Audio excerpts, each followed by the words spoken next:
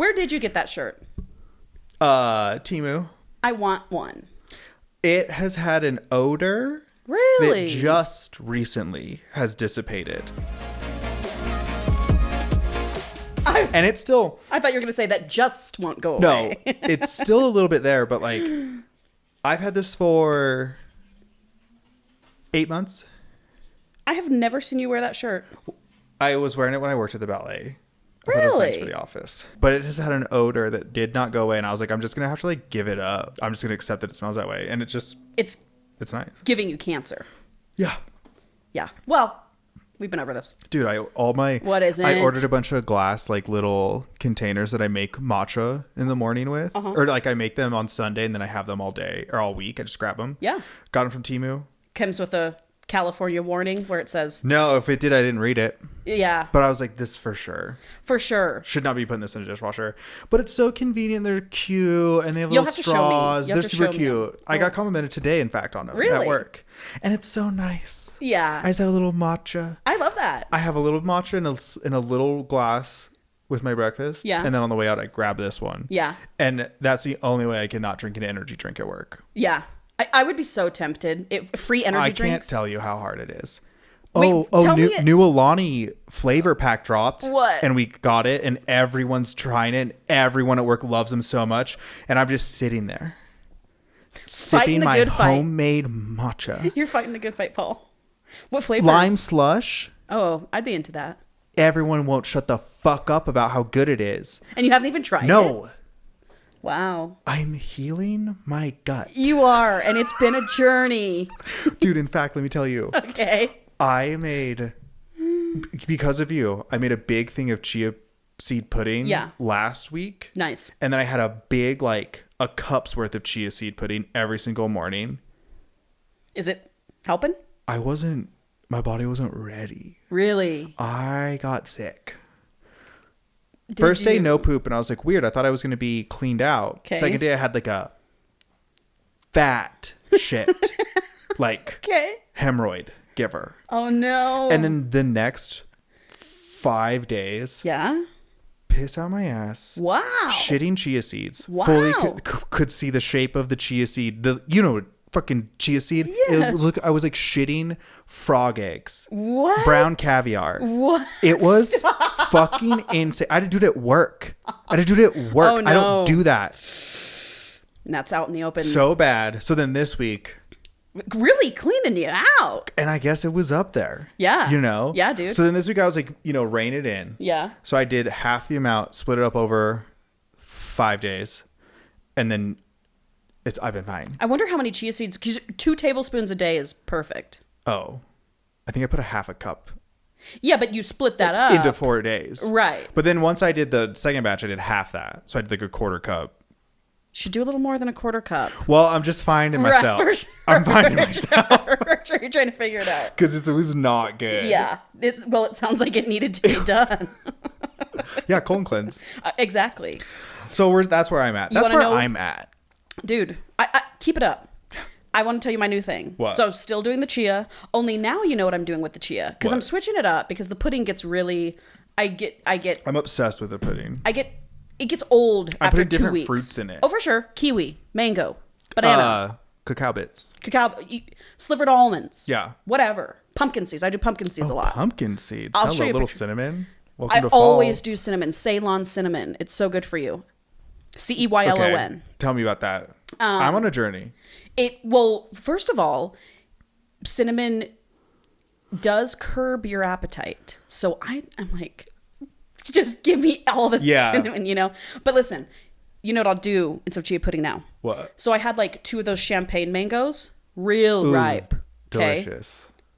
Put those bitches in my Vitamix with like a handful of ginger and water, and made a juice, mango ginger water juice, and just put the chia seeds in that water. And then I also bought a little set of jars from Amazon. So in my fridge, I split that into 4 jars. Yes. So it's mango ginger shot with chia seeds. Incredible. And I think I just did 1 tablespoon in That's each. fine, right? It is. That's like, I think like 3 grams of fiber, and you're supposed to eat 25 grams a day. You're supposed to eat 25 grams a day? Women are 25, men are 35. I eat the probably fuck am 30. I doing? No wonder I haven't shit in 9 years. Yeah, dude. My breakfast alone has like 9 grams in it. So then that's 3. I guess I'm not tracking it. Track it. Okay. I eat fiber on purpose. So does fucking Taylor. You don't want to get colon cancer. Everybody's getting colon cancer. That is what they say. You know, anyway, one, so my new thing. Okay. Besides that, still doing that. I did get powdered psyllium husk. Okay. And because I saw this TikTok, this guy or this girl muddled up raspberries, blackberries, blueberries, whatever. So it's wet. Yeah, wet. And you put in a scoop of psyllium powder. Okay. It congeals like chia does. And she was putting that on her toast like a fucking jam. I thought you were going to say toes. Well, I mean, you could. You could that would, lick them right off. Yes, that would feel nice. You're getting your fiber. You're having fun. Right. Should we do... What? TM. Yeah. Health. Edible sex things. That would be so cool. Protein lube. Oh, Paul, I would. You know, yes. Chia seed astrogel. Protein lube is such a good idea. Yeah. Dude. Yeah. Oh, shit. All right. I'll cut that out so no one steals it from us. Actually, no. We TM'd it. Right. That's ours. Yep. Okay. Because it bakes like a jam. And it's got 5 grams of fiber in it. I mean, fuck yeah. And so, but today, all I did was put the psyllium husk in water, chug it. It's all grainy and shit. Ew. I set it down and like did something, and then I came back to it like 5 minutes later. It was already like thick. I was like, but you know what? I'll do anything for fiber. I didn't know. Yeah. I'm cat sitting for our friend Maggie. Oh yeah. And happy birthday, Maggie, actually. Shout out tomorrow. to our friend. I know. Oh, but this isn't gonna come out then. For sure. She has in her kitchen a bag of Sun Chips and a box of extra toasty Cheez-Its. That's right.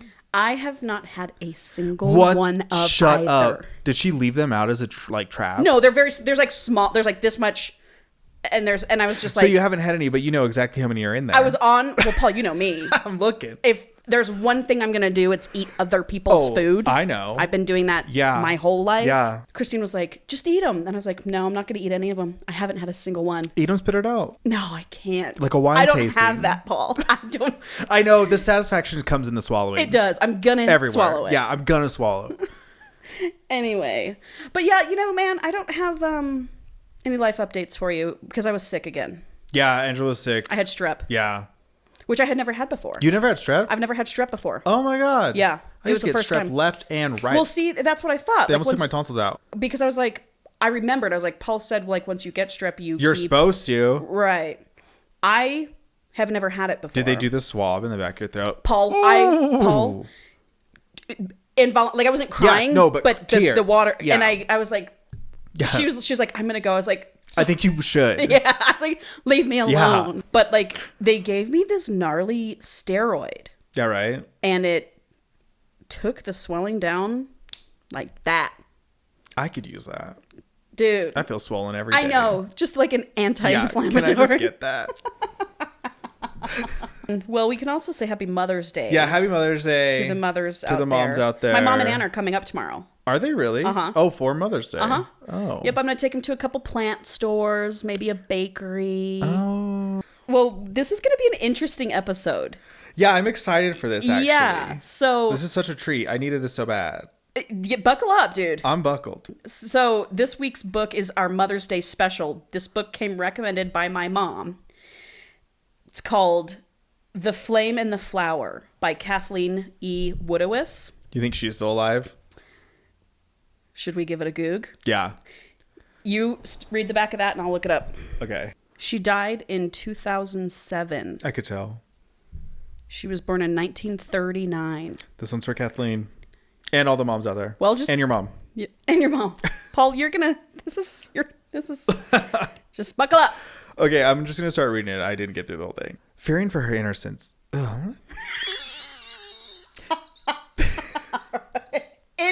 Instantly. Oh my God.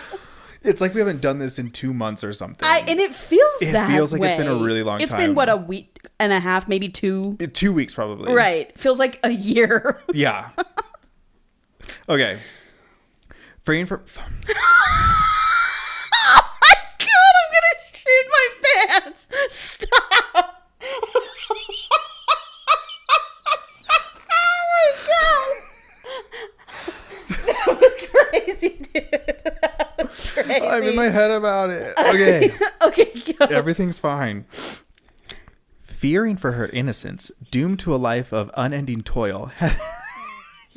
You fucking I'm sorry, Paul. I can't help it. It's so hot in here. It's I'm roasting. Paul, I'm gonna start sweating. Start. Fearing for her innocence, doomed to a life of unending toil, Heather Simmons commits a shocking and desperate act. Now she must flee and seek refuge in the arms of a virile, Yep. and dangerous stranger. Captain Brandon Birmingham is a lusty adventurer married to the sea. Though courting scorn and serious peril through his actions, he abducts the beautiful sapphire-eyed fugitive from the This is a little book. Yeah, it is. I can't say it. Tumultuous. Yeah. Dude. This is fun. London dockside. For it is destiny that brings Heather. For it is destiny. For it is destiny that brings Heather to Brandon's side, and no power on earth will force him to relinquish his exquisite. This is crazy. Paul, These words are crazy. This is the best. Only she can unlock the tenderness in his heart, and Brandon vows she will be his, to love, to cherish, to desire, and to carry off to far uncharted realms of sensuous passion. Good job. No, it wasn't. This feels like I'm gonna be worried about like women's rights in this book. Oh, Paul, there are none. Okay. So this book is, I didn't know how famous it was. Oh, okay. So this book is the first bodice ripper romance novel. Does that mean you rip off their bodice? Means sexually explicit. Oh. So this was published in 1972, and up until then, this is history. Yeah. Romance. There are so many podcasts about this book. Oh, really? Yes. Oops. I didn't know Slid into that one on accident. Right. So, and is considered the first open door sex romance novel. Are you fucking kidding me? We're at ground zero of Smut right now? Yes. Your mom. So incredible taste. And it's highly problematic. Oh, okay. Yeah. What are you going to do? For sure. You can't look at it with 2026 eyes. For sure. For sure. I'm like reading the reviews on Storygraph, and it's just like, whatever.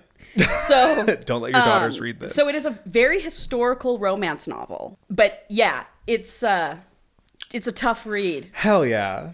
Hell yeah. Was considered forced seduction. Oh. Which was a trope in the 70s and 80s. I think we call that something else now. Uh-huh. Okay. And the tropes are... Okay. Forced marriage and Stockholm syndrome. And misogyny. And no female... I don't want to say... I could say autonomy. Yeah. Happy Mother's Day. Totally. This one's for the moms. This one's for the moms. Okay? So, we'll jump into it. I'm excited to hate this. The writing was great. I felt like I was in 1799. Okay. Writing is great. Maybe a little too much. Yeah. But clearly, the author, we just talked about, she was born in 1939, was raised in the 40s, 50s, 60s. Like, it was... What will people say about our books? I mean... women in have 80 years. come from... Yes. So... They couldn't have credit cards then. Right. Right. When did they get voting rights? In the 20s? Or I don't know. It was like not long ago. Too late. So just, I'm reading it through that lens of the author. And yeah, this is for science, everyone. And also, it's in 1799. And I would imagine this is how women behaved in 1799. Yeah. They were They were cattle. Yeah. I mean, they were just property, an item. Yeah. So we're gonna read it through that lens. Okay. Okay. I think that's a great little disclaimer. Let's weave you a tale. Yeah, I'm ready. Ooh. Okay. So obviously, like I said, 1799, we meet Heather. She is 3 weeks from turning 18. Oh, okay. Yep. So Jumping right in. So it's a baby. Uh-huh. And she lives in the English countryside, a 7-hour carriage ride from London. Was that 30 minutes by car? For sure. Yeah. Whatever. Living with her aunt and uncle, Aunt Fanny, and her uncle John, who was her dad's brother. Okay. Her dad is dead. Her mother died during childbirth. So it's her fault. Totally. Her dad and her loved each other very much. Yes. But he never recovered from his wife's death, and he was a gambler and eventually gambled everything away and died. And so Aunt Fanny took her in. And Aunt Fanny is like a Aunt Petunia from Harry Potter. Okay. Or like a Miss Trunchbull.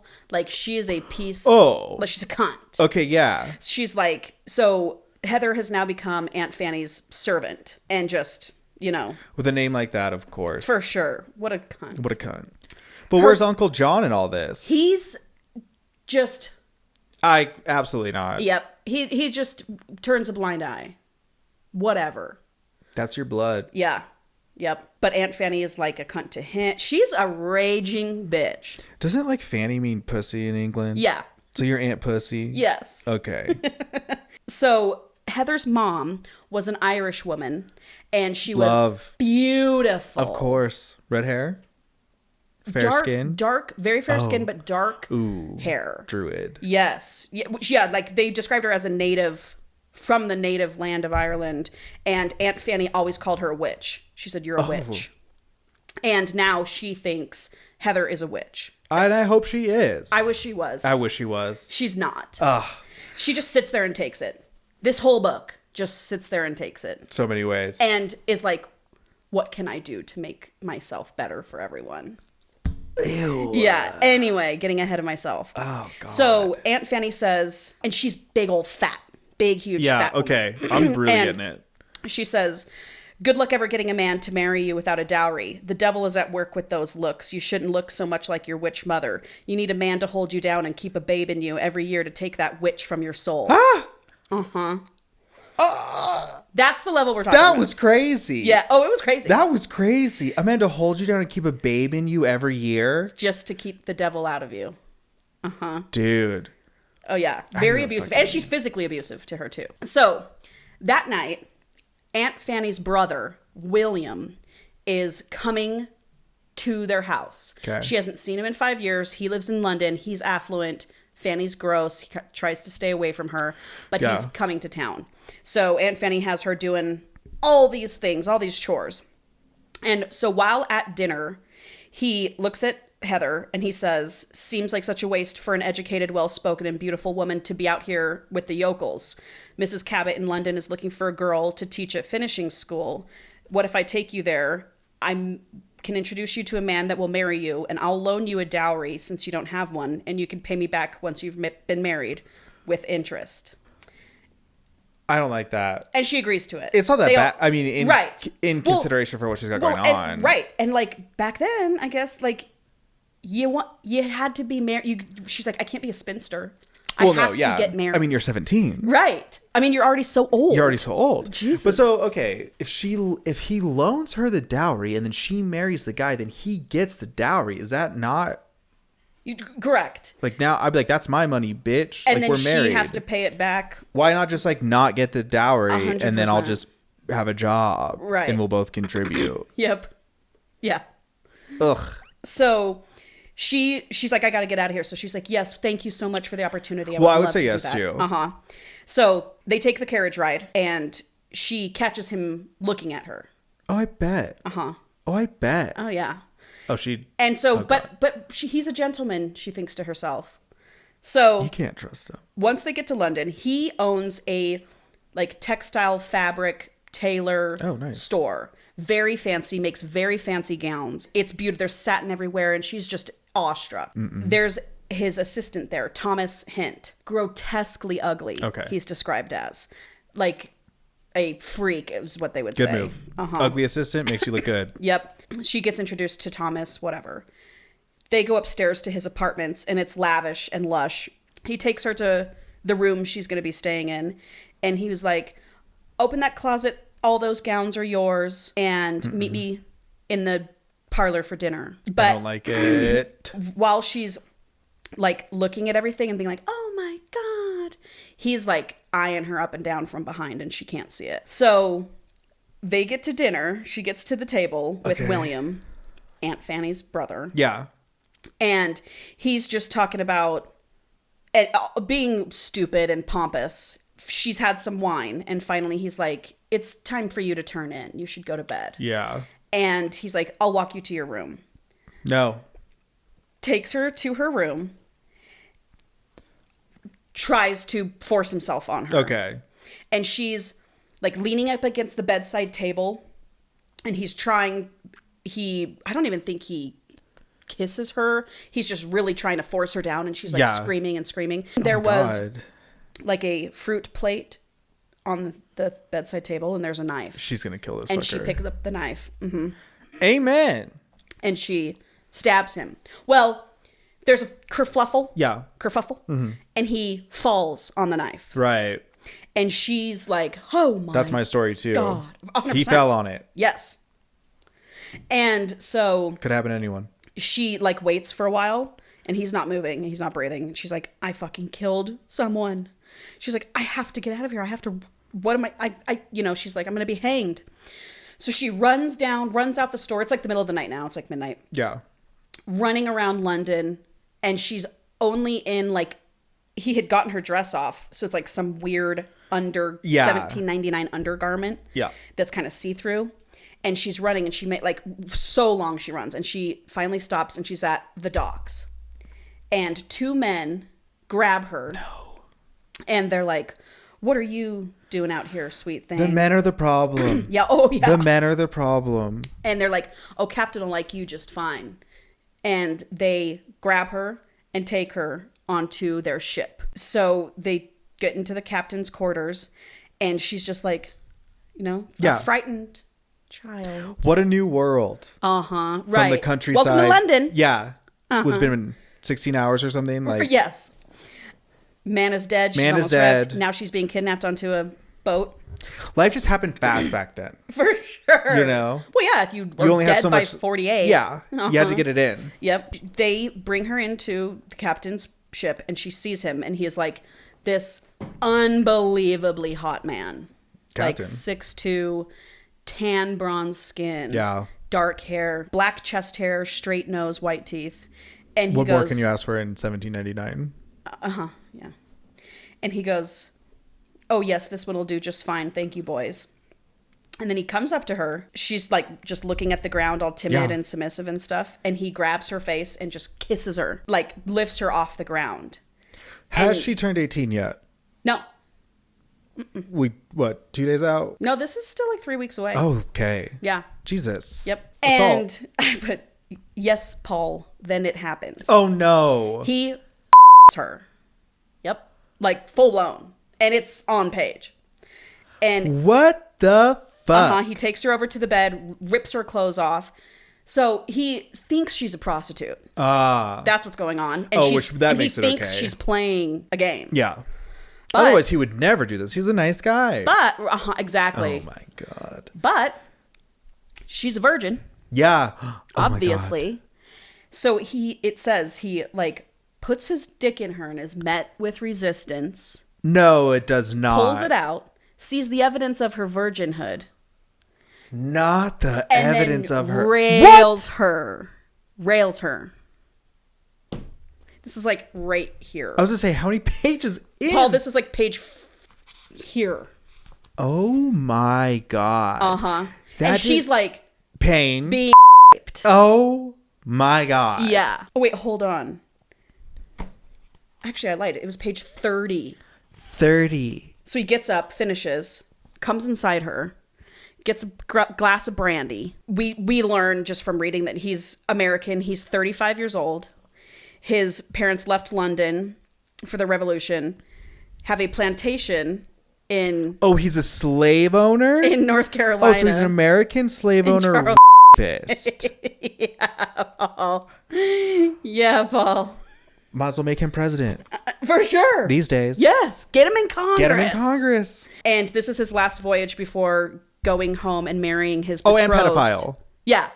Marrying his betrothed, Louisa. And he's married. And he's not single. Yeah. Whom he does not love. So he goes over to her and she's asleep now. Basically passed out. Trauma passed out. Saved her and covers brain her from it. with a blanket, and we get this little chestnut. Oh my God. Yep. Hold on. I didn't highlight in here, so let me just find my... Oh, here it is. Okay. Brandon Birmingham rose in bewilderment and for a moment stared at the flecks of blood that stained the sheet on his bunk. His eyes coursed slowly over Heather's figure, now turned away from him. He could not but admire the well-turned hips and graceful thighs that had a moment past been his. He almost reached out to caress the gently curving back, but his mind was confused by the turn of events. Her calm, reserved acceptance of the situation when she entered the cabin, her light and playful resistance, and then and playful? And then the sporadic, inexperienced assistance she had given him in the bed, and now this endless weeping and the blood on the sheet. Oh, just the endless weeping that you have after sex. Was she some girl compelled to take up this occupation by poverty? Her clothes and manner did not bear this out, yet her hands, though slender and white, were not soft as a lady of leisures might be. Because she's a servant. This is fucking crazy. Oh, yeah. And that's our love interest. I don't know about that. I know, dude. I don't know about that. I know, dude. Crazy. So, the next morning, he rouses. Roused. Uh-huh. Oh. And is kissing her neck and her earlobe and her bosoms. Not her bosom. And then he her again. Okay. Uh-huh. Here we are. Yep. And she's like, please no. Oh, just your playful fighting. Uh-huh. And then after he's confused, and I'm paraphrasing here, he goes, I don't get it. You could have sold what I took last night for a massive fortune, but you're a lady of the night running around the docks. And what is this? Running around the docks, and now you act like you don't want this. Your beauty is beyond compare, but your hands show toil. What's the deal with you? I hate this guy. I'm reading this and I'm going, damn! Yeah, damn. Okay. Shit. Who are you? I said I knew this was going to be dated, but... This is... Uh-huh. Dated. So she starts to, like, deliriously laugh cry. And she's in total disbelief. She's like, I'm not a lady of the night. I didn't want this. I'm a 17-year-old that you raped repeatedly. Uh-huh. I was lost, and I thought those men who brought me... She's not... Obviously, she can't say she killed William. So she was like, I was lost, and I thought those men who brought me to you were my cousins, something blah, blah, blah. And she's Weak like, story. I'll never... Internally, she's like, I will never, ever mention to anyone that I killed William. And now Brandon is freaking out, and he's like, holy shit, I've stolen the virginity of some noble. I'm going to be hanged. I thought this was all part of the act. Well, I think you should be hanged. But then she says, no, I come from no wealth, and my cousin will not care that I'm gone. Doesn't matter. And Brendan's like, oh, thank God. It's he's like, literally, he's like, oh, phew, I'm not going to get hanged. Not like there's not a single apology for raping her. He's not sorry. He's actively not sorry about it, Paul. God. And he says, I guess, are they ever? Then he says, oh, no. Well, you shall be my mistress, and every time I come to port, I will come to see you. I'll buy you a house. You'll be a kept woman. Oh. You aren't allowed to see any other men. You will be mine.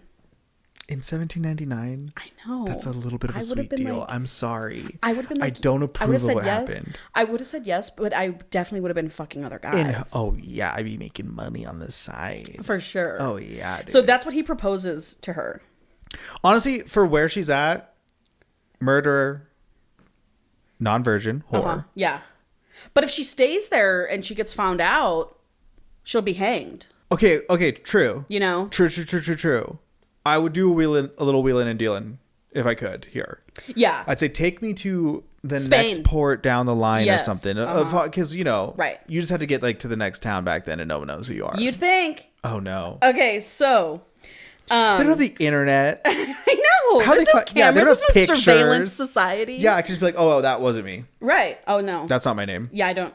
Sorry. Have a great day. Right. There's no fingerprints. Yeah, off to the There's market. no DNA. So, but she's like, I fucking hate this guy. Who does he think he is? He turns his back to her and she like makes a run for the door. And he's like, Heather, do you think I'd let someone as unique and beautiful as you slip away? And she's like, oh, fuck. She gave him her name. Yeah. I wouldn't have. Not my real name. It's just your stripper name. And now begins like this push and pull between them. He says, do you think I would let you slip away? Yeah. And then he grabs her. And here we go. And here we go. He grabs her again. Business as usual. And he's like, I'm going to be gentle with you and show you what real pleasure is. And you will grow to like it. And she's fighting back. And then the next morning, he's like, I wanted to break fast with you, my love. Oh, we're being so fucked up right now. Whoa. He's like, keeps calling her my sweet, my love, all this stuff. I'd be like, you're the second person I'm going to kill. Yeah. Just so you know. Yep. And she's like, don't talk to me like that. Don't even look at me. And he's like, oh, my kitten finally has her claws back. Should I make you purr? And she's like, you're despicable. You are. You are despicable. Yes. And then he's like, I'm delighted to have to woo you. I'm delighted that you're fighting. I thought this was going to be like Pirates of the Caribbean fun. I know, me too, dude. This is not. So did I. He's never been denied before and he likes it.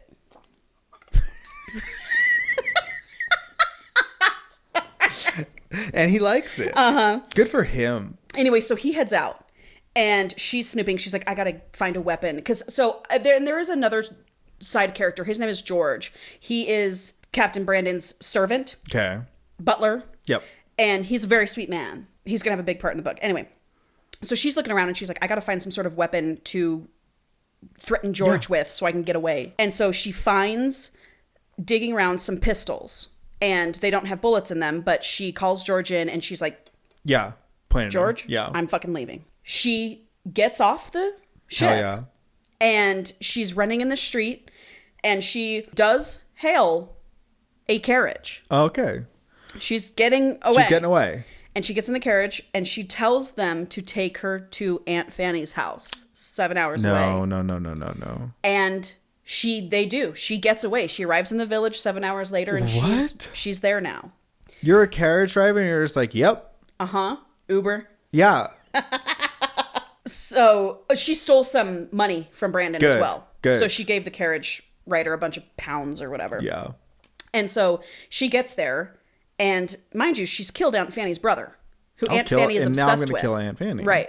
She just says, William had to go to some country to get fabrics and didn't want me unchaperoned in the city, so I've come back to you to do my chores and take care of you, Aunt Fanny. Yeah, no biggie. And she's like, fine. You can stay, you little bitch.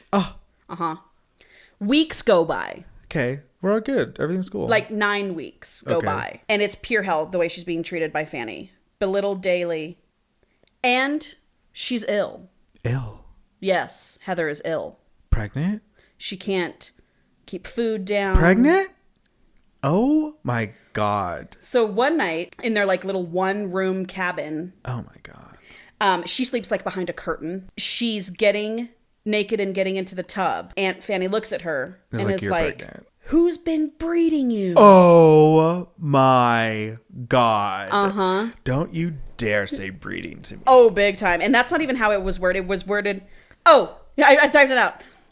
Heather's stomach is rounded. Fanny says, who have you been breeding by? And she freaks the fuck out. And Heather freaks out. It never occurred to Heather that she was pregnant. Well, no, I guess when you're raped to lose your virginity at the age of 17, you don't expect to get pregnant. Yep. So she tells Fanny the truth. She says, it was a sea captain in London that forced himself on me.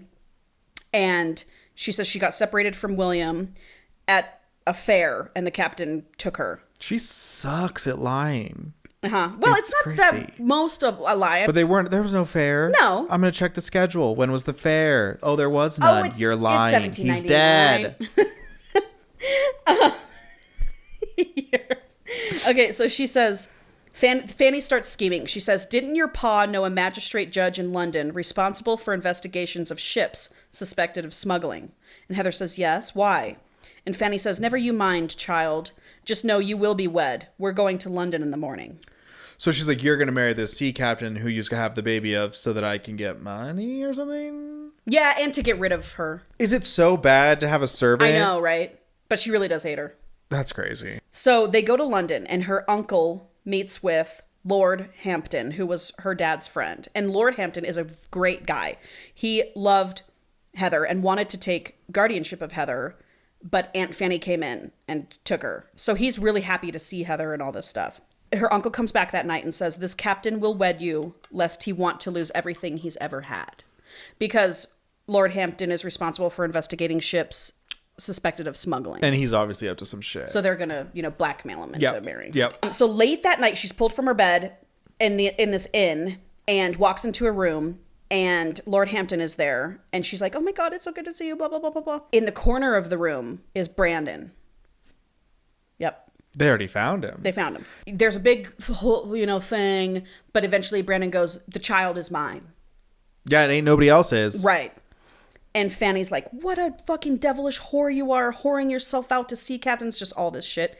And Lord Hampton is like, shut your mouth, you don't talk to her like that. Hell yeah. Hell yeah. And then Fanny stands up and slaps Heather in the face.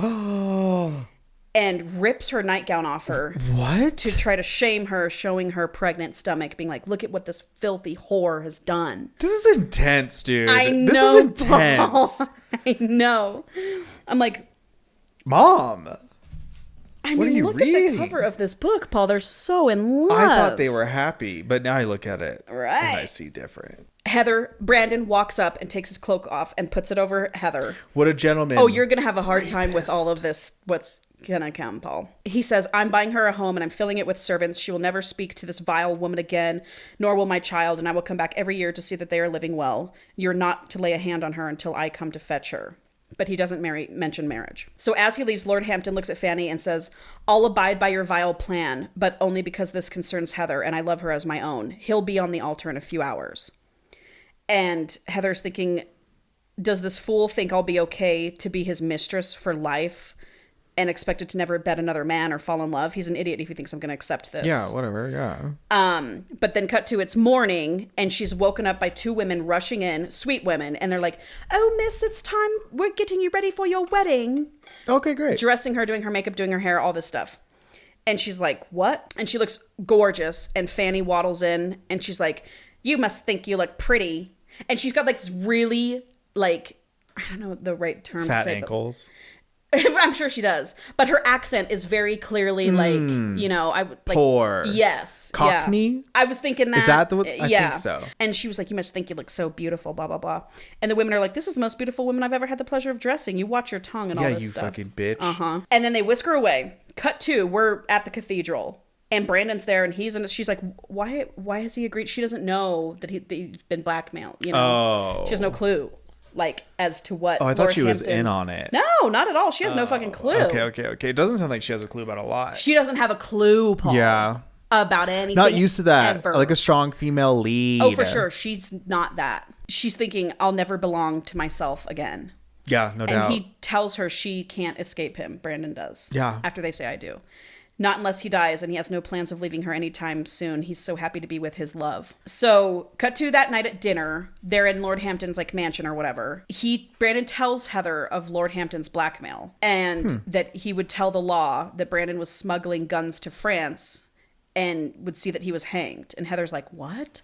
And Brandon's like, oh, I'm sure you didn't know what was going on. I'm sure you weren't in on this, too. Yeah, you're just a child. And he goes, now guess what? Your life will be hell. You would have been a queen as my mistress, but now that you're blackmailing me, you'll be no more than a servant as my wife. Dude. And he goes, I was like, that's funny. I'm telling the law on you then. Totally. Yeah. Crazy you're talking to me like that. Crazy. And she's like, and he says, I don't take kindly to being blackmailed. You'll be nothing but on the side. I won't talk to you, look at you, anything. Perfect. And she goes, but we won't be intimate. And he says, fuck no, I'll get that elsewhere. Hell yeah. And she's like, okay, I can live with that. Perfect. Her bar is not getting sexually assaulted by her on husband. The reg. Yeah. So. Wow. In bed, she's looking at him that night. Oh no. And she's like, well, he is hot. at least he'll give me a handsome child. Okay.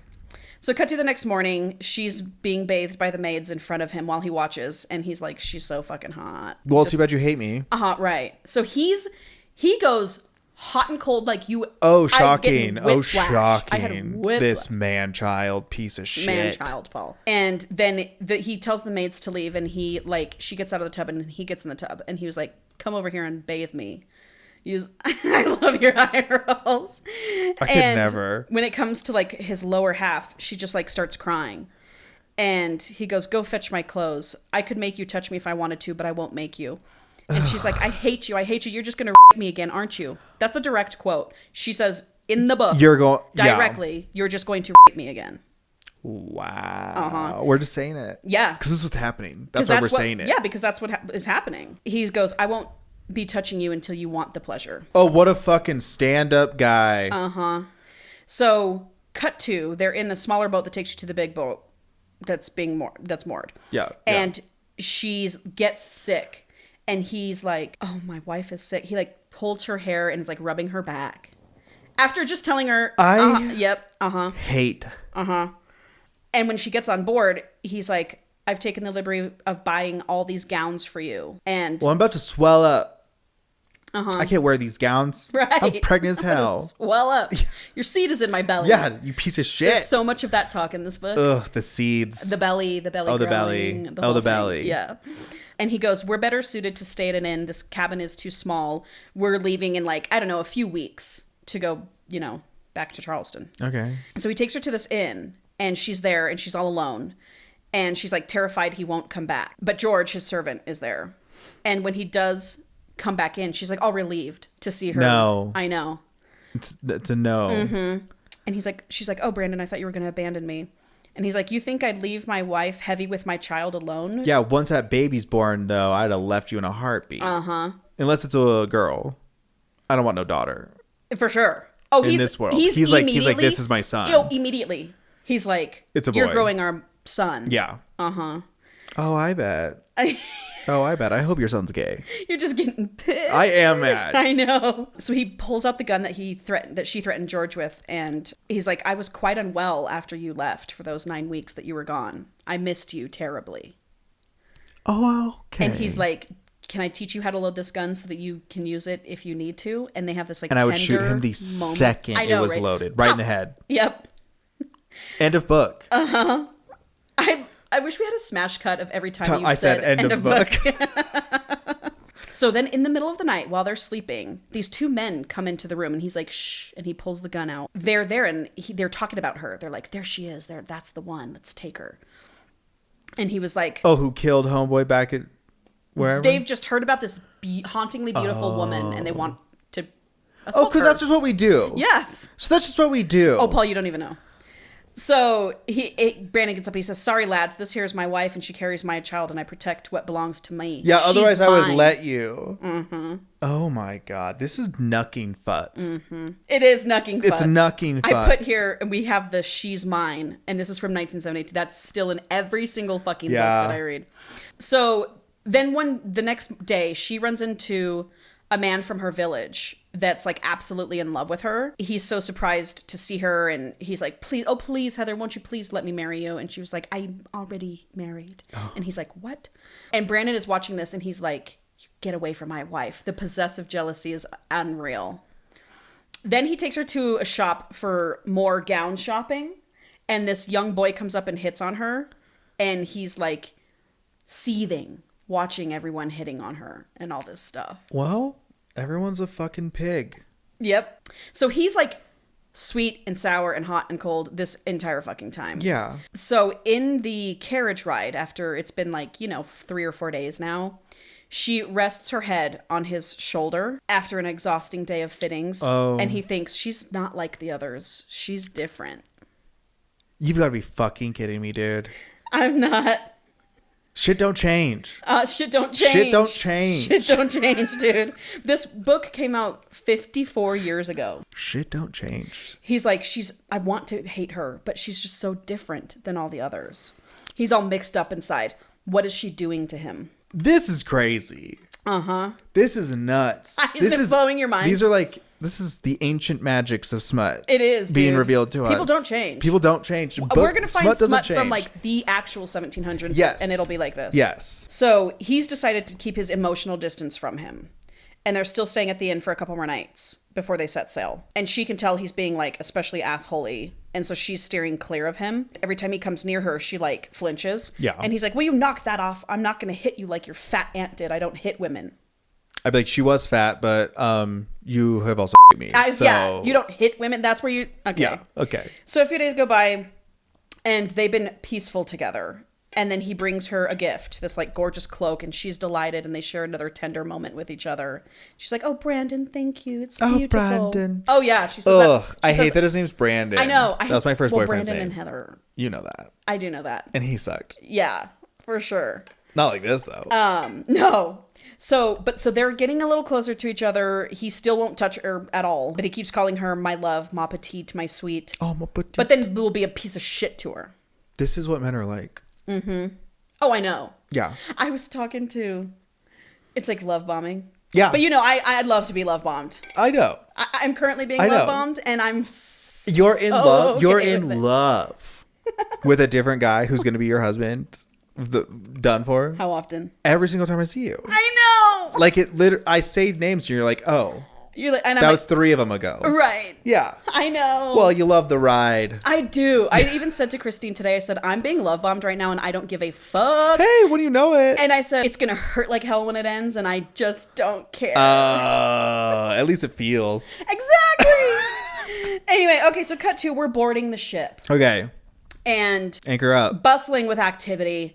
And she can see the brass tub from the inn that she was obsessed with being like craned up and put into the ship. Wow. Brandon took it, bought it for her, and is gifting it to her. What a nice guy. Man. Uh-huh. What a considerate husband you have. Mm-hmm. And then I was like thinking, how much water for a 7-week trip from London to Charleston, North Carolina? But then they do explain that they were using seawater in the bathtub. Oh. I was like, okay, I get it. I guess that makes sense. So cut to 4 days in. It's November on the Atlantic Ocean. Oh. So it's freezing. Fucking cold. Yeah. And one day after she's been like sitting on the little stove in their cabin, he hands her something and she's like, what are these? What is this? What is this? You doubt my chastity? And he just laughs and he says, no, I had a tailor make them for you. They're like men's breeches. They're pants. She's never worn a pair of pants before. Oh, and she's wow, like delighted. Progressive. She's like smitten. How progressive. Uh-huh. And so she puts them on and she's like, oh, Brandon, I love them. Fucking... I know. What the fuck? Okay, 5 days later, they've been snuggling and cuddling and talking at night. And he starts to ask her about how she came to him that night. And she thinks, should I tell him I killed William? Yeah. But she gets scared and she says she just got separated from him and then his servants kidnapped her. And so he's like, we'll leave it at that. Okay. For now. Then some more time goes by and she's up on deck. Like another, so we're like 3 weeks in now. It's a 3 weeks. It's a 7-week trip. On this fucking boat. And he's like, you're not allowed to leave the cabin. You're a woman and these men will not be able to hold them. Yep. So he's like, you can come up sometimes when George will allow you and all this stuff. So she goes up on deck and she sees him. He's up on the mast and he's like ripped, arms shredded, and he's like doing all this manly work. And she's like, oh my God, my husband's so hot. Well, yeah, if we could forget about all the bad stuff. I know. It's hot. I know. Okay. You brought me a bathtub. Yeah. You've given me so many dresses. You made me pants. I can't get over how this started. I know. So he almost falls and she's like, oh my God. Oh, no, I wish he would. She's like, the Stockholm is, super real. But she also goes in and out of, she's not in love with him right now. She half the time hates him still. Okay. Whatever. So then we get this horrendous storm for like a week, like freezing, slush, rain, snow. Dude, on deck. The waves. He's not sleeping. I'm puking. Oh, yeah. He's the captain. Oh my God, Paul. The seasickness would be out of control. I would throw myself overboard. I'd be like, I don't want to live. No, not through this. No. To get to what? To get to what? Yeah. So because he's not sleeping at all. It's been 5 days of every night he comes in and he's like frigidly cold. He's grumpy. He's grumpy. So tensions are running high and they're arguing like crazy for that entire week. But then one night she gets ill because she refuses to sleep in the bed with him because she's pissed off at him. And she sleeps over by the window and she gets very ill. And she's in like a fevered state. And she's that way for 6 days. And she doesn't remember it. Meanwhile, Brandon didn't leave the cabin once and wouldn't let anyone in and only tended to her, nursing her back to health. So he says, you were passed out for 6 days. For sure. Come on. Yeah, I ain't believing that. I ain't believing that for a second. George was doing it. Right. Anyway, so she comes to and she's like, oh, you're so attentive to me. Your eye rolls. Well, she's not making it, easy. No. I dislike her. Yeah, for sure. She has no constitution? Yeah. What is the word? I don't know what the word I'm looking for is. And then he tells her about his betrothed, Louisa. Ex-betrothed. Right. And she's like, well, he's like, I'm just going to leave her. I'm going to present you. And you already left her. You married me. Yep. You're not betrothed. Mm-hmm. Fucking. So he just says, everyone's going to have to deal with it. And you're going to be my little brother. And they're like best friends. So after 7 weeks at sea, they make it to Charleston, North Carolina. That doesn't sound fun. She's freaking out. She can see Louisa. And Louisa she's gonna be mad, huh? Yeah. Oh, you're gonna be mad. Oh, you mad, huh? Paul, yeah, big mad. Well, imagine. I know. Yeah. Like the hottest, richest man, and now he's... Oh, and he's coming up with some... And she's pregnant. 18-year-old pregnant hot girl. Yeah, hot, beautiful hot. And she's showing. That sucks. So they walk down the thing. How old's Louisa? Do we know? She's the same age as Brandon. They've known each other their whole lives. Oh, she's 35? Yep. Oh, so she's an old spinstress. She's a whore. Okay. She fucks whoever she wants. Good for her. I know. She's the most normal one in this. Well, okay, we'll find out. I feel like she's not going to be nice to our girl. Oh, Paul. So he goes, Louisa, this is my wife. No, I won't. Just say I want my wife. I've never even seen that movie. I know, but it's funny. It's just there. It is there. So she meets his brother. He says, I'm most pleasured to meet you, Mrs. Birmingham.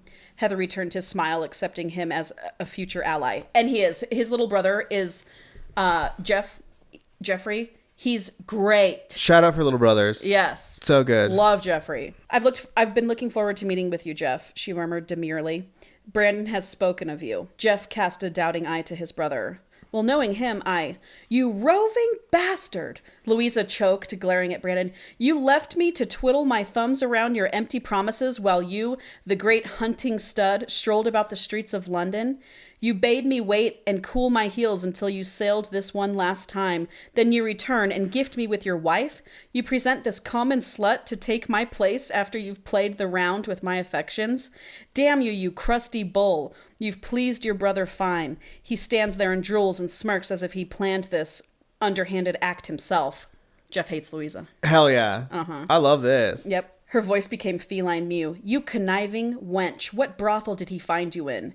Indeed, what cradle? You took the promise of another. And look, so young, so gentle, so very talented you are. You must have spread yourself upon his bed with glee, you high-flown whore. Oh my God. This is what men do to women. They turn them against each other with their fucking lies and their bullshit. Mm-hmm. Be warned, Louisa, he stated slowly. She is my wife and carries my child. I wronged you, true. So wreak your vengeance upon my frame, but never, ever lay one hand upon her head. Because Louisa cocked back to slap her. Yeah. So she's calling her a whore and all that. I get why she feels that way. You can lash out. Yeah. I'd crash out, too. Oh, yeah. Oh, yeah. So he's like, don't make a scene. And she goes, well, darling, we have tea planned, so... So... With who? At her place. At her Guess plantation what? next to his canceled. plantation. Yeah. Tea's over. Yeah. Brandon's like, well, and it's all about appearances back then, you know? Back now. For 100%. People don't change. People don't change. Shit doesn't change. So they all get in the carriage and they're riding to her place, which again used to be his family's estate and he wants it. And she's not doing well financially alone. So that's another reason she's pissed. How'd she get it in the first place? I guess her family died and she inherited it. Yeah, but how did his family lose it to their family? It was their parents. Something happened. Okay. I don't know. So she's a total cunt the entire time in the carriage ride. Well, just give her a minute. Give her a minute. She's just talking shit.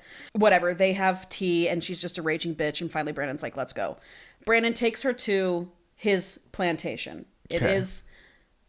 like what you would think, like a, long driveway with Spanish moss, oak trees, and just huge. The label of a Southern Comfort bottle. Doesn't own slaves. Right. He has black servants. Yep. Wink. And it's crazy. So I read something that said the housewoman's name is Hattie. Okay. And she's been with him since before he was born. Yeah. And I read something that said the author named her Hattie after Hattie McDaniel, who was the first black woman to win an Oscar for Gone with the Wind. Oh, or something. What an honor that you named this not slave right after this person. Right. The dialogue, Paul. Oh, no. Yeah. Django Unchained? Never. Okay. Yeah. Because that was wild. Yeah, never. Okay. That. So we get there. We meet Hattie. Hattie is immediately obsessed with Heather, just like Jeff is. Yeah. They love her. They're like, he's like, my sister. Good vibes. Yeah, he's like, I'm so happy to have a sister. What a beautiful sister to have all this shit. And Hattie is like, oh, you've blessed this house with children. Does Hattie hate the Luis next door? Oh, she doesn't like her. Perfect. Yeah, no one likes her. Okay, good. She's a cunt. Okay. Obviously. Yeah. So Heather can tell that Hattie is like going to be on her side and yeah, thank God. Stuff. And she's awestruck at how she's like, I married a rich man. Yes. I don't know if it's like you married, like you got married. Like, I don't know. You were forced. You're like the victim of this. You were pushed. She was like, I'm saying I do. Yeah. So she's getting acquainted with the house and all this stuff. And she's like brimming with pride now for Brandon. She's like looking at him in awe. Trash. They're flirting with each other. No. Some time goes by. Months. So they got their like. How pregnant is she yet? Well, they got their like New Year. She got pregnant in September, so she's going to be giving birth in May. Okay. So months go by. Not really much is going on. There's just a lot of like fluff in the book. Yeah. Not, too much plot is really going on. But Brandon is still hot and cold. One day a fucking piece of shit. One day you're the love of my life. All this stuff. Yeah, that's how they are. But he is also unbearably horny. And they've not. No, he hasn't. He won't even kiss her. They have not intercourse. Kissed. They've not done anything besides the 3 times that he. Her. Yep. He is like, I can't bear to look at her. This temptress. This my wife. Yeah. I can't even have my husbandly right. Is what he keeps saying. Why? Over and over. Because of the blackmail thing. He refuses to touch her until she asks for it. Oh, well, actually, good then. You piece of shit. I know. You piece of shit. But what have we forgiven you? No. Oh, but she is. We are though, Paul. We are. She can do whatever she wants. Yep. I don't forgive. Yep. Well, we are apparently. Nah. So they have a massive fight, and she starts sleeping in another room. Well, they got plenty of rooms. And rumors are going around town that she doesn't sleep with her husband and that they sleep in separate rooms. Anyway, he leaves. He's like, I got to take off for a 1-month journey up north. Have a great time. New family. Yep. Enjoy yourself. And the whole time, he's gone for like a month. So the whole time, whores are hitting on him at every Enjoy port. Yourselves. Right. I don't fucking care. And he's turning them down. Wow. Every single one. He won't touch another woman. And George, his servant, is just looking at him like... What a stand-up guy. He's like, I knew he loved Heather. I knew he wouldn't cheat on her. Oh, the bar's so low. Yeah. Meanwhile, Heather's at home. And, it's like March now, so she's huge. Yeah. And she's missing him like crazy. She's like, I just can't. I just want my husband here. And she goes, I wouldn't blame him if he was fucking all these other whores because... Look at me, I'm so fat and pregnant and ugly. I think that's a normal feeling to have. Sure, but in this scenario, there's just like, it's all there's nothing like this guy. Yeah, it's all on her. It's all on her. There's no responsibility on him. Yes. And no she was consequences for him other than not getting to nut. Like, yes. And she's like, once this babe is out of me, I will be the best wife. I will let him have sex with me. I'm gonna start working out. Start doing Pilates. Yep. I'm gonna start having sex I'm gonna get with it my right. husband. It's just toxic. The level of. Oh yeah, it's toxic. So while Brandon is away, this is just a side note. I guess this is just so we see that he is a human or something. I don't know. Okay. He meets this really, really poor family, and he can't stand to see them that way, and so he offers the man a job on the spot and says, here's 500 pounds, which would be like $1 million today. Yeah. And he is like these are moving expenses. I want you to move to Charleston, move onto my land, bring your family, and work for me. And the guy's just like, oh my God, I can't believe this. So like, we're supposed to see that he has a heart, I guess. He makes a lot of offers that like you can't refuse. For sure. For the position you're in. Well, initially he was like, you'll be my mistress. And you'll have, you know. Honestly, that was before he... pretty good. Yeah, that was after the night one. He didn't even know she was pregnant. Yeah. I'm like, you're offering me this, like, now? Is that just what we were doing? Is that just what they were doing back then? Yeah. We're just like, having wives having mistresses. And like these mistresses must be getting pregnant left and right. Oh, the bastards were crazy. Yeah, the bastards were crazy. You know, no one's pulling out. Yeah. Ever. Yeah. Also, meanwhile, Louisa will not stay the fuck away. She Weird. She won't. Weird. You know, because her neighbors or whatever. Desperate. She needs to just swing her dick around and show Heather, I've known him my whole life. Congratulations. And he still chose me. Yeah. Oh, yeah. And Heather's getting pissed. But this whole month Brandon's been away. She's been coming over bothering Heather, who's massively pregnant. It's like, bitch, get the fuck out of here. I'm pregnant. I'm not taking visitors. Right. So given birth in 1799. Well, you would die mostly. Yeah. Most of the time you die. It's rare if you don't. That's crazy. So finally he comes home and Heather just flies into his arms and she's like so happy to see him. She's like, finally my husband is home. Yeah, well, finally.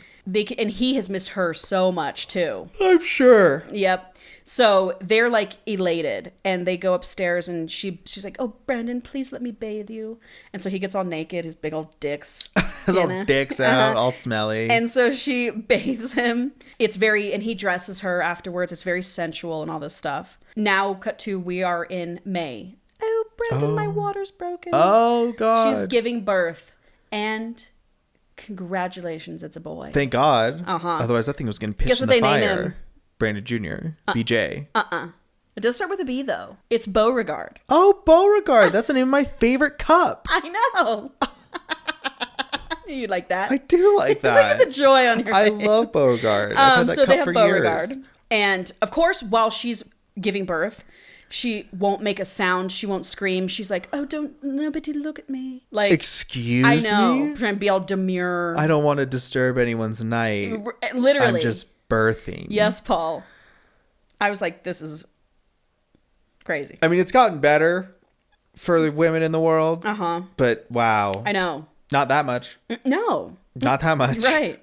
And it depends where you are. And it depends where, yeah. Yeah. Yikes. So after the birth, they share a deeply passionate kiss, the first one. Oh, she wants it now.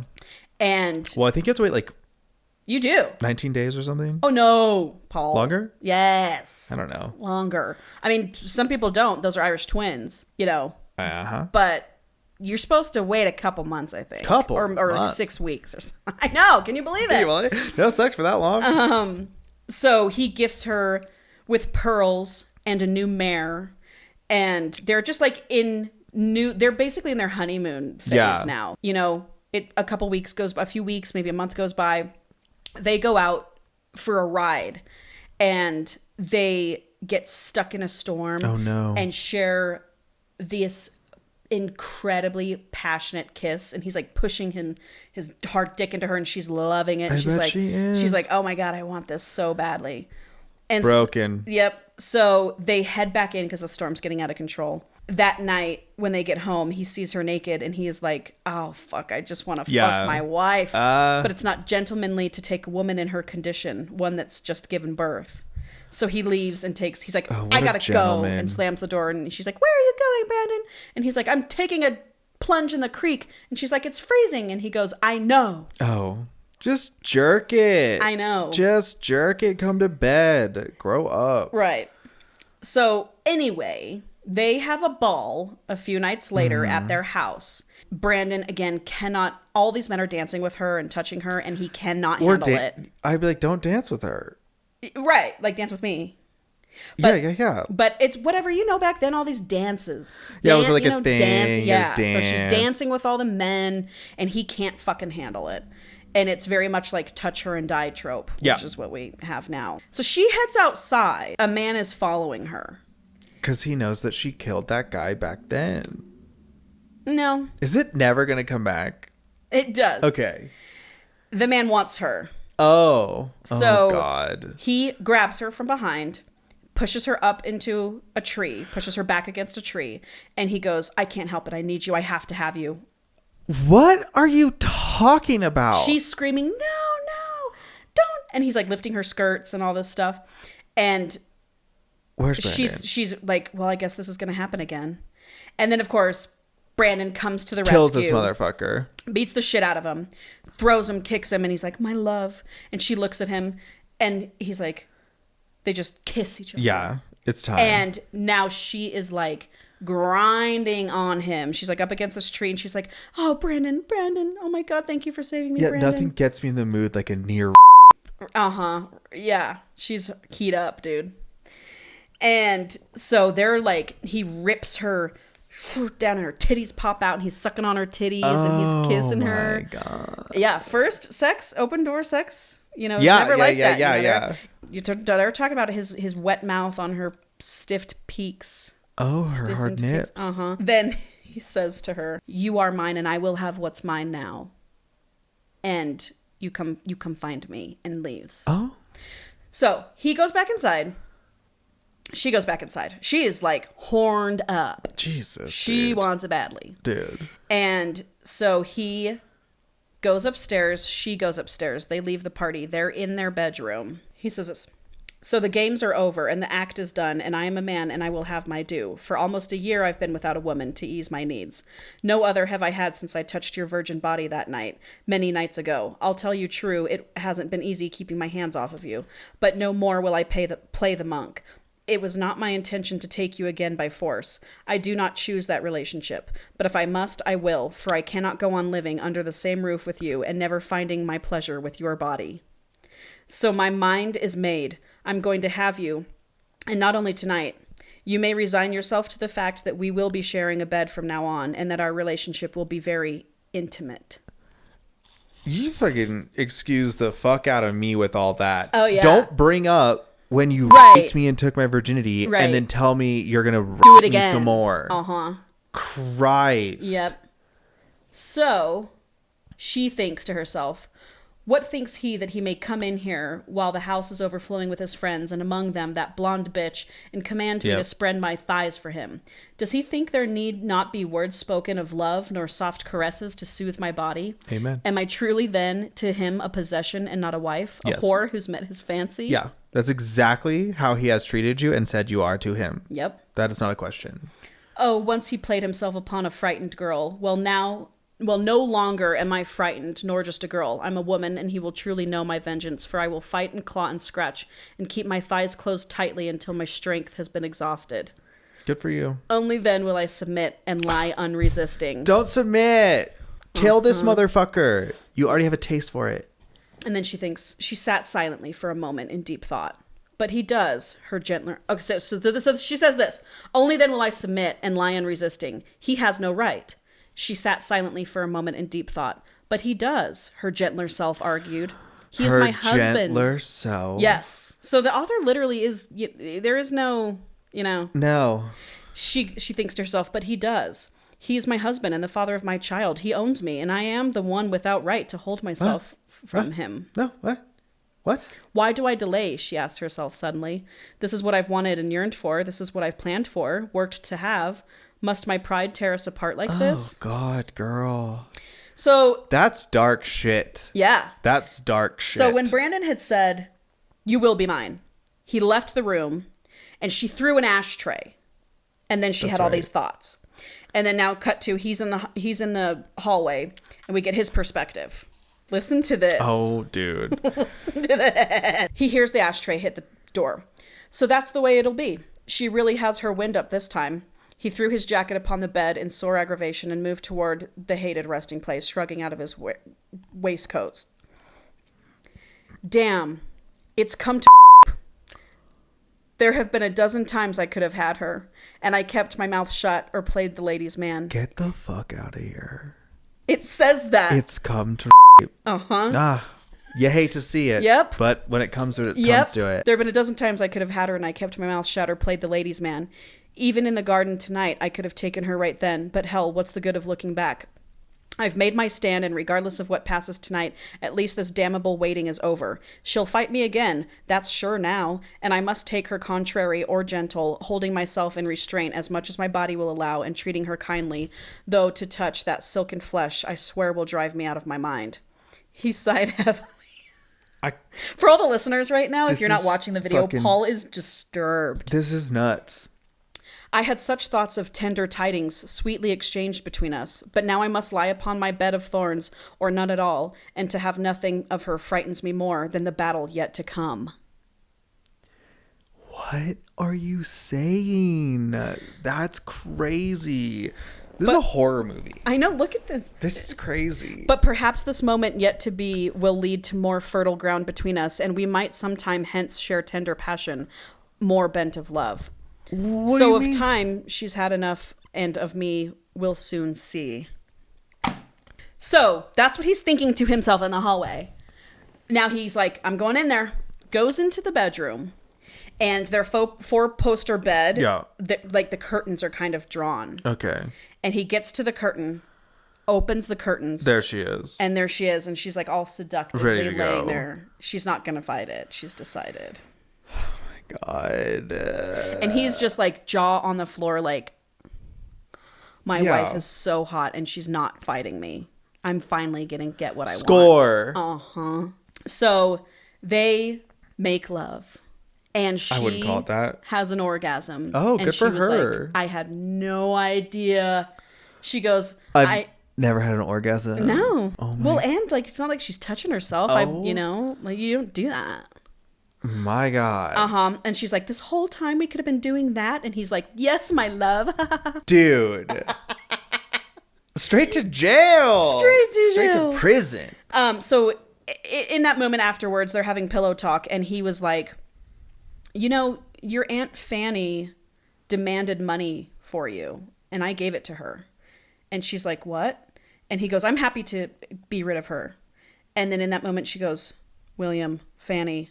And she's like, I hope we're rid of her. And he goes, we are. And then she freaks out. And he's like, what? Please, you have to trust me. Tell me anything. I'm your husband. You can tell me. You have to tell me. Mm-hmm. I hate him. But she doesn't tell him about William still. The next morning, Hattie comes in. And they're in bed. And she's like, oh. She's like so happy to have seen that they had sex. Yep. And she was like, please just bring me more babies. I just want more babies. Crazy. Crazy. And is that who's raising this baby? Well, basically, I mean, she did raise Brandon too. But actually, no, Heather is breastfeeding, and Louisa does come over one day and is like, well, how noble of you to breastfeed your child. Everyone else does wet nurses, but you must really have a bond, like shaming her for breastfeeding. Wow. I don't have time for her. No. So anyway, the next morning, after Hetty comes in, Louisa comes over, and she says, hey, everybody, I've got news. Sybil, last night at your party, was found dead, murdered, and raped in the woods. Sybil was kind of like Louisa as well. She had a big old lesbian crush on Brandon. Oh. And she was also trying to break them up this entire time. But she's now been found neck broke in the woods. Dude, it is tough out here. Yeah. It's tough out here for the girls. Yep. Louisa says, and Brandon, it just so happened that you were the last person to talk to her. Oh, so this is a setup. Yeah. Oh, so this is a setup. And Brandon goes, by God, no. Yeah. And I didn't do this. She's like, well, the sheriff's on his way to question you. He's got some things that need to be answered. So this is a setup. After a long while, finally the sheriff is like, okay, I believe you that you didn't kill Sybil. The summer goes on. It's now like maybe July. Okay. They're making love all the time. Is she knocked up again? She's not yet, but she will be. Yeah. They're just in love with each other. They're full blown in this thing now. They're married. They love each other. They'll never leave each other. All this stuff. Yep. So happy for them. Sybil's murder is still unsolved. One day, Heather's picking flowers out in the forest when she sees a man on horseback like 75 yards away. And he's wearing a dark cloak. And she's like, it's way too hot out here to be wearing that. And then he charges at her on horseback. She gets up, runs, screaming in the woods. And then finally, Brandon comes up on horseback too. And she's like, this guy, he's chasing me. The guy stops, halts, sees Brandon, and then turns around and... What is the Headless Horseman? I know. That's exactly what I pictured. Brandon's like, I came to find you for dinner, and I heard you scream. What's going on? She's like, that man was fucking chasing me. And he's like, well, get on the horse, my love. I'm here now. No harm will ever come to you with me here. So not like, hey, I'm gonna go chase that guy down. Hello. Yeah. I'd be like, fucking get your ass back to the house. Yeah. I'm gonna find out There's a who murder that is. on the loose. Yeah. So a couple weeks goes by, and her and Brandon are out at the theater, and at the end of the night, she sees that man again, who was on the horseback. Okay. Is he really there, or is he a figment? He's of her there. Imagination? Okay. And he's standing right next to Louisa. This bitch. It's Thomas Hint. Thomas Hint. I know that name. That grotesquely ugly man from Williams Fabric. Servant. Yep. That gross fucker. Yeah. So he's been there this whole time, opened a small fabric shop in town, and has been making Louisa's gowns. And Louisa goes, oh, this is Thomas Hint. Heather goes, white. Heather, play it cool. Oh, she can't. Thomas, it's been so She's like, long. almost faints. How's William? And he's just staring at Heather, and he can tell she's like freaking the fuck out. Yeah, she's fucking this up. I don't play this off so cool. Oh, yeah. Well, I'd have been fine. I'd be like, William's dead? This is news to me as news well. to me for sure. So the next day, while Brandon is out, Hint shows up to their house. I don't like that. And he goes, I know you killed Willie, and I want money from you. And she's like, I have no money. This is my husband. I have no money. And he's like, well, I'll sell for anything. And she's like, okay, I'll give you all the jewels I have. And he was like, I'm going to want more. Oh, this is good enough for now. What he wants. So she gives him jewels, earrings, all this stuff. And he leaves, but That's basically an admission of guilt. For sure. This is fucked. So he's like, I'll be back for more whenever I want, So a couple weeks later, Louisa shows up and tells Brandon she met someone from his ship from London. And he told her that Heather was a whore brought to Brandon one day. And Brandon is like, finally, he's like, Louisa, get off it. Yeah. I'm not leaving her. I'm not marrying you. She's not a prostitute. Yeah. I'm done with you. Get off it. They're having like a screaming match, basically. I don't think she takes that well. Yeah, it's like very heated. So the next day, Brandon's brother comes running in, yelling bloody murder. He goes, Louisa's dead. Louisa's dead. She's been found raped and neck broke. Yeah. Whoa, so the perp's got an MO. Right. Jeffrey is like, I'm terrified that Brandon did it. I saw them have this massive fight yesterday. Dude, it's fucking Thomas Tool. What's his name? Yeah, Thomas the Tank Engine. No, what's the guy's name? What's the Hint. So then Jeffrey says, Louisa sent him a note while we were out in the fields. It said that she knew something about you. He needed to know. I tried to stop him, but he knocked me down and vowed to close her filthy mouth for good. Lulu, which was Louisa's housewoman, brought him the note, and he scared her plenty too. She took off like a scalded dog, though I swear she was shaking like a leaf before she handed him the note. Oh God, is it Brandon? When I got to Louisa's, the damage was done. I saw Brandon come tearing out of the house like he saw the devil after him, and Louisa's stable hand, Jacob, saw him too. And now that good man has gone to fetch the sheriff. So Jeffrey saw Brandon running out of Louisa's house. But this is all a misunderstanding because he stormed over there because he got the note and she was already dead, obviously. Yep. But it is a bad look. It does look bad. So the sheriff comes and arrests Brandon, and he's in jail.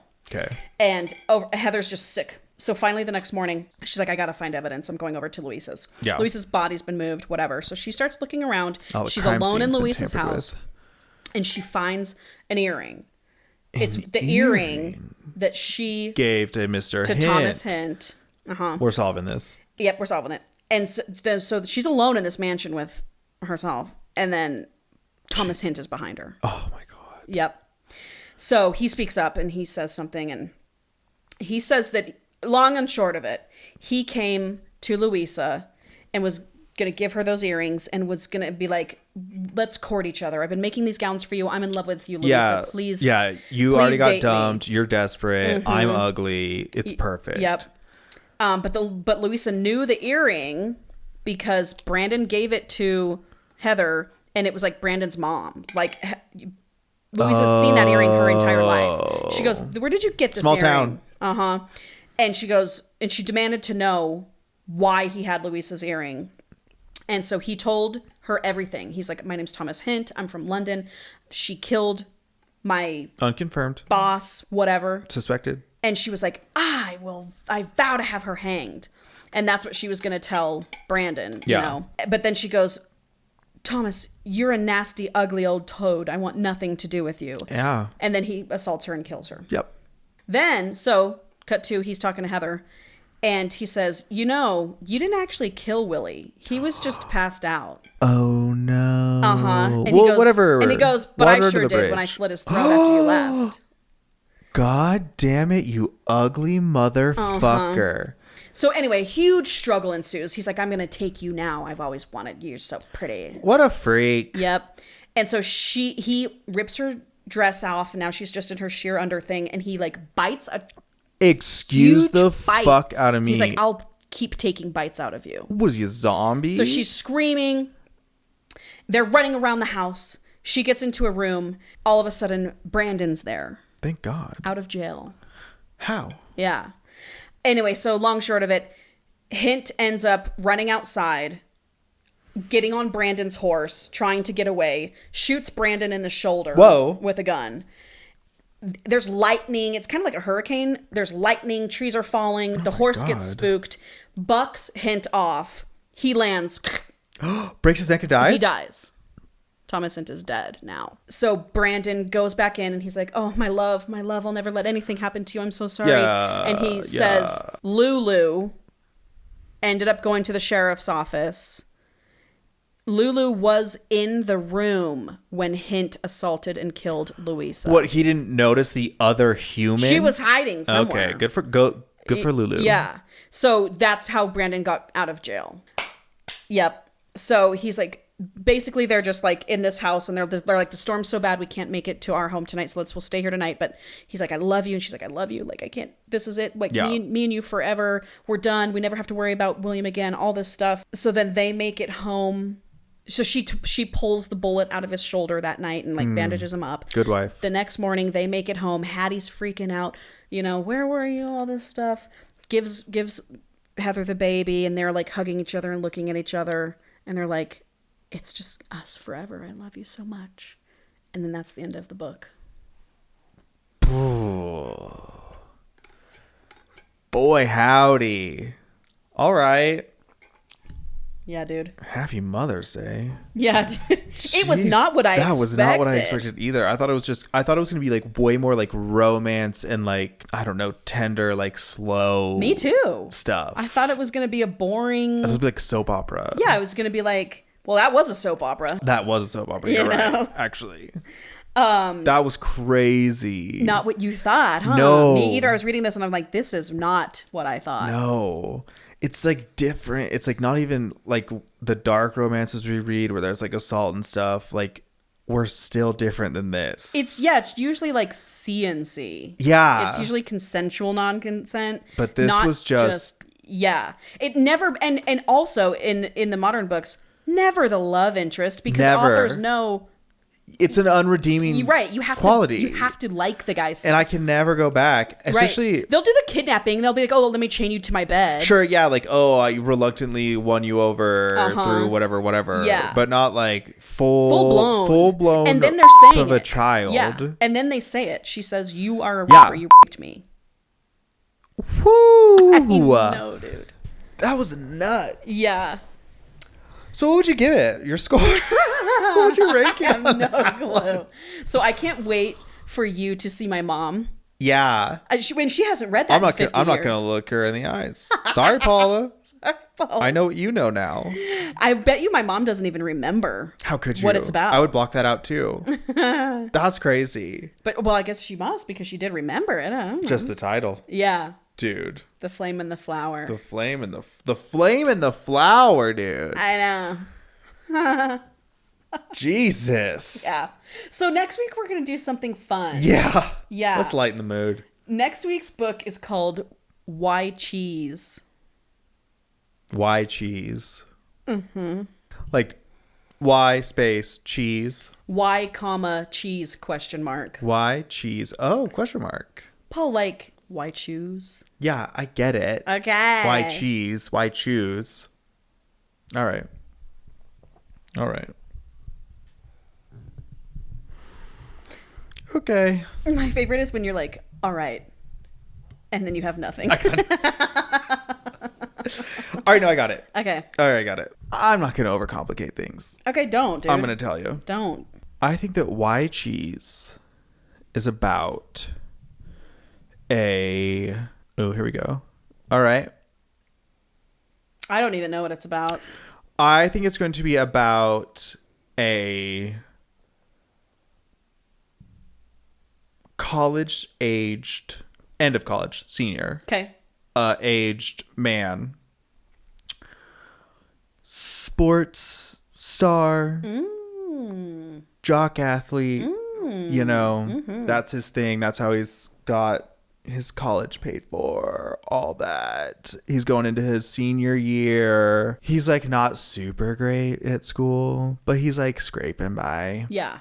And then it's like, oh God, like you're not going to be able to graduate unless you fulfill some kind of requirement. You've been like putting off your electives, like whatever. Okay. So he ends up, he's like, you know, late to the game. There's only so many spots available. There's like 4 classes that he can take. Yep.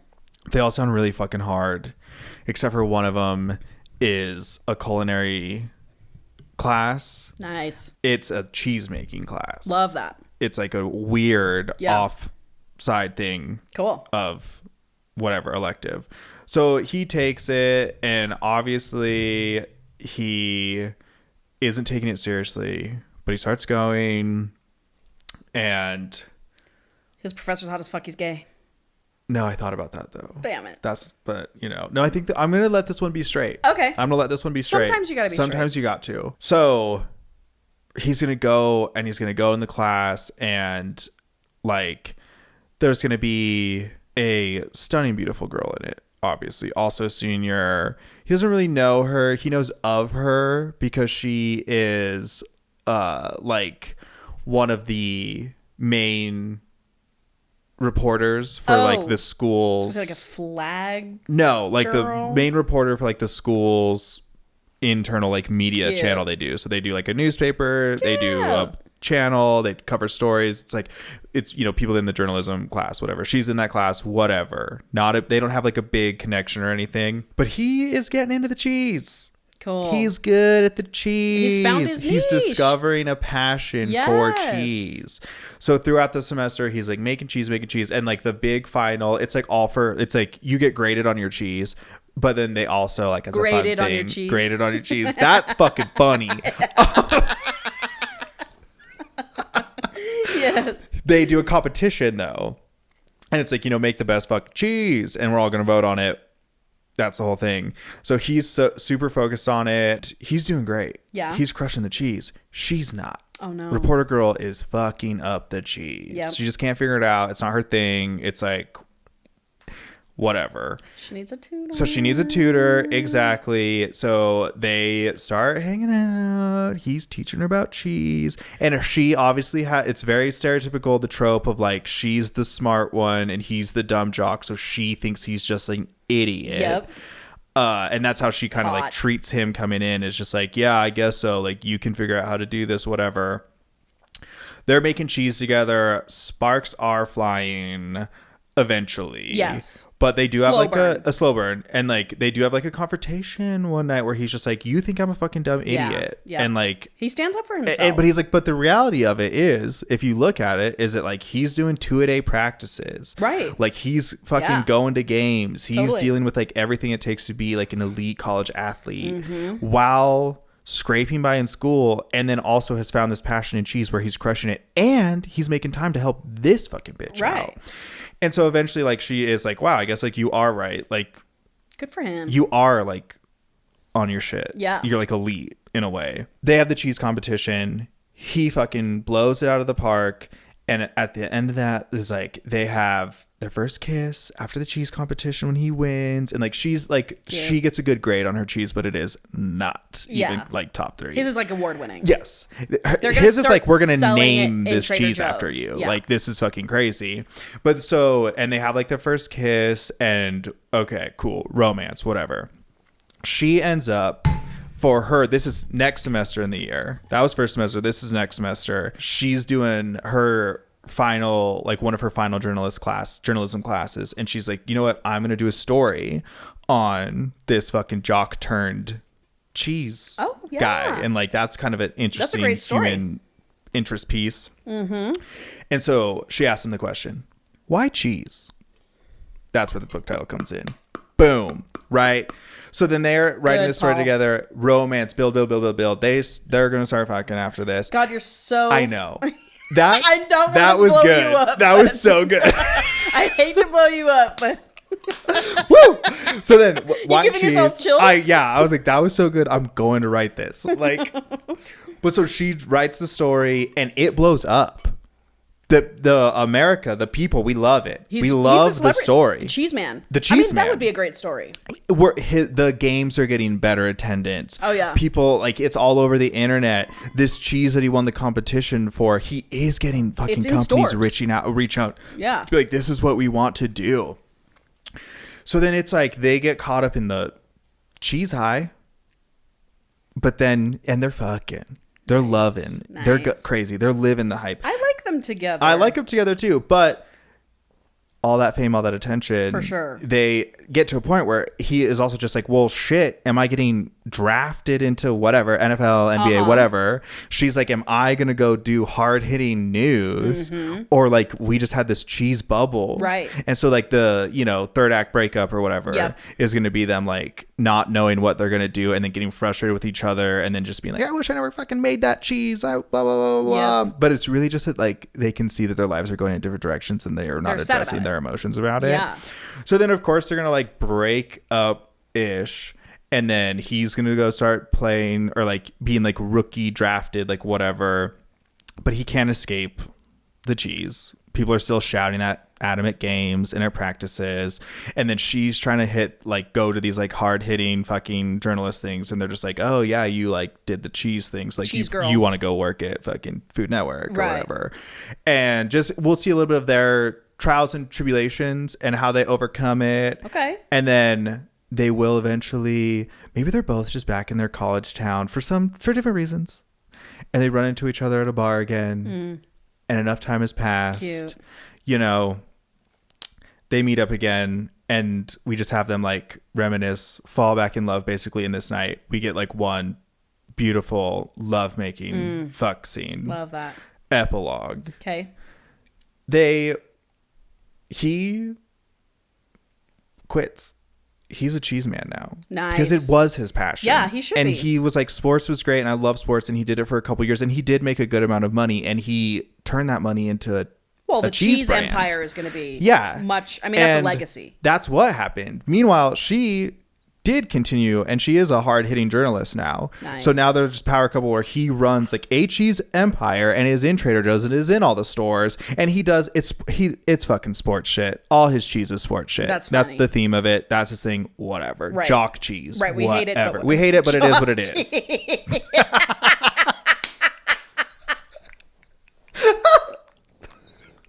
Jock cheese. No. Chalk cheese. No. The brand needs a little work. Stop. We might need to do a focus group before that one. And she's doing, journalism. And he supports her. Like she goes and does her crazy excursions to wherever, covering stories. And he's just there like making cheese, living life. What a hot couple. Yeah. And they are a beautiful hot couple. Love that. Yeah. Love that. And that's why cheese. And it all started with a question. Why cheese? Good job, Paul. Thank you. That was hard to come up with, but then it really went somewhere. Really? Yeah. I liked that one. Okay. Another one. Another banger. Another good one. Okay, great. Well, we'll find out next time. Yeah. Okay, well, thanks, everybody. Yes, thanks. Oh, you know what? We didn't do the intro. Welcome back to another episode of Secondhand Smut. I'm Paul. I'm Angela. And this is Secondhand Smut. The podcast where I read smut so Paul doesn't have to. Yeah. And it's been great having you here. It has been. Thanks. Bye.